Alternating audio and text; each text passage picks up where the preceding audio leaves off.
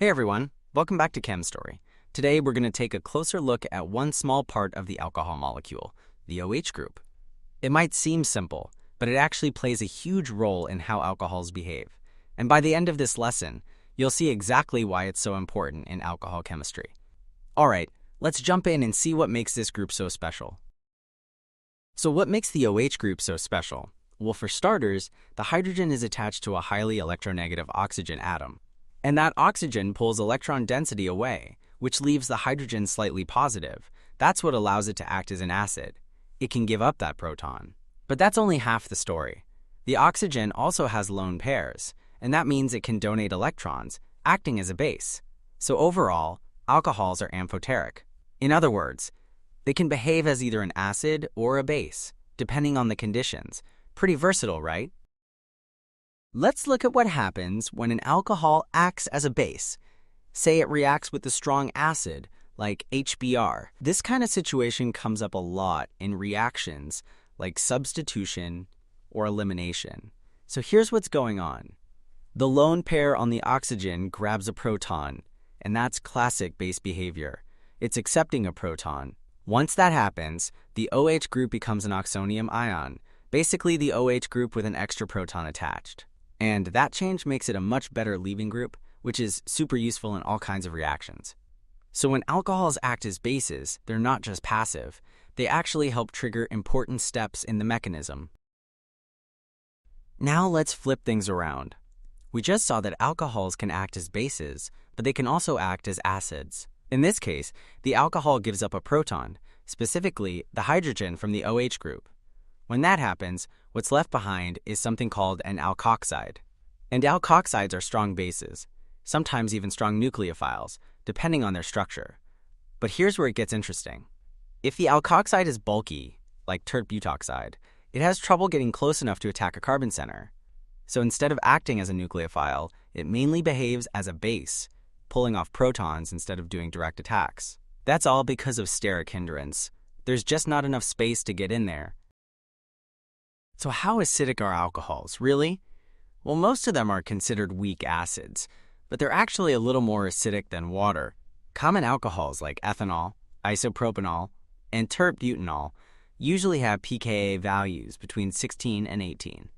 That's not super acidic, but it's still enough to make alkoxides, as long as you use a strong enough base.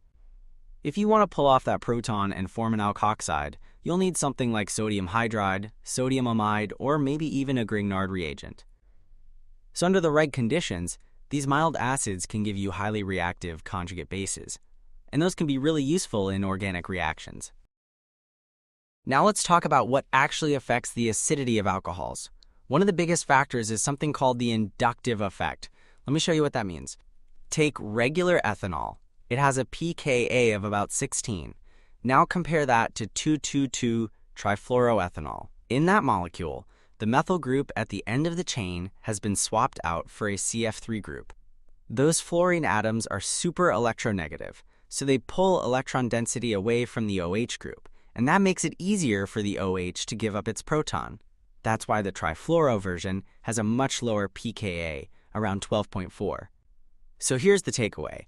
The more electron withdrawing groups you have near the OH, the more acidic the alcohol becomes.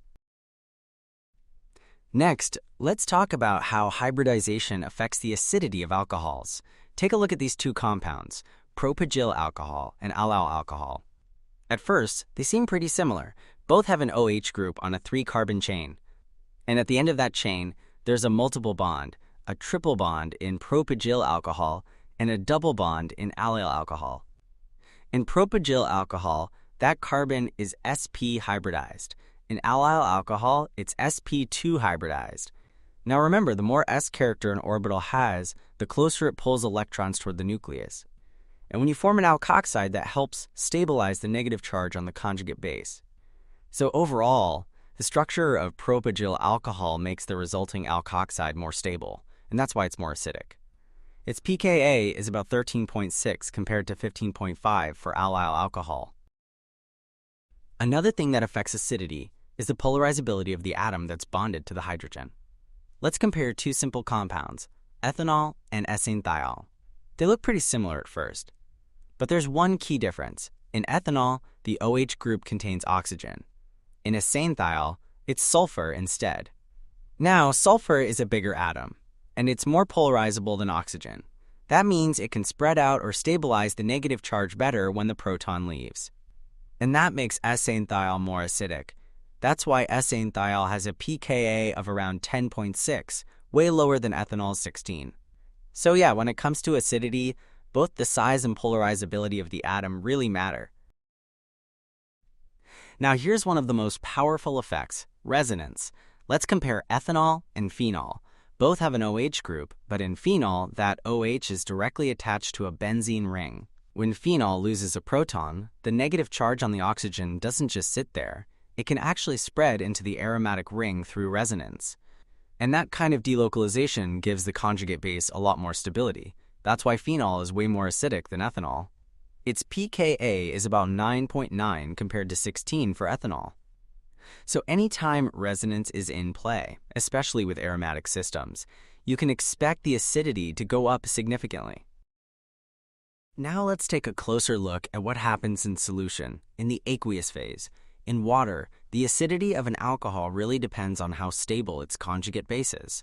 And one of the biggest factors that affects that is solvation, how well water molecules can surround and stabilize the conjugate base. Here's the key idea. If the conjugate base has a bunch of bulky alkyl groups around it, those groups get in the way. They block the solvent from doing its job, from stabilizing the negative charge.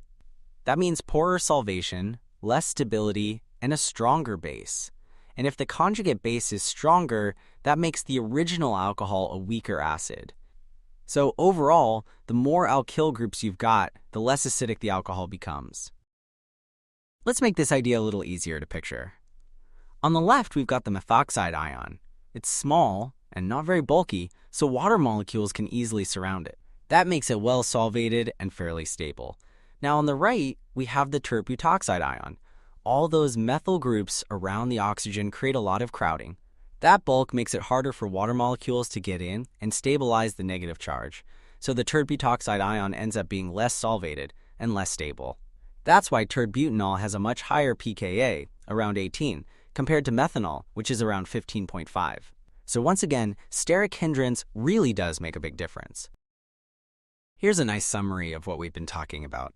If you line up a few different alcohols, starting from methanol to terbutanol, you can clearly see the trend. As the alkyl groups around the OH get bigger and bulkier, the pKa values go up. So here's the takeaway. The more crowded it gets around the OH, the harder it is to stabilize the conjugate base, and that makes the alcohol a weaker acid. So far, we've been talking about acidity in solution, but what about in the gas phase? In the gas phase, there are no solvent molecules around. That means solvation doesn't come into play at all. Instead, it all comes down to the conjugate base itself, how stable it is on its own, without any help from solvents. And that gives us a much clearer picture of what's really going on. We're just comparing the actual built-in stability of each species. In the gas phase, one factor becomes especially important, and that's polarizability. Larger atoms or bulky substituents can spread out the negative charge more effectively. And that helps stabilize the conjugate base, which makes the original alcohol more acidic. Now here's the interesting part. The acidity trend you see in the gas phase is actually the opposite of what you'd expect in solution. In solution, bulky groups make it harder for the base to get solvated, so acidity goes down. But in the gas phase, those same bulky groups can actually help stabilize the charge, so acidity goes up. It's a great reminder that environment really matters, and molecular behavior can shift depending on where the reaction is happening. And that wraps up our look at alcohols as acids and bases.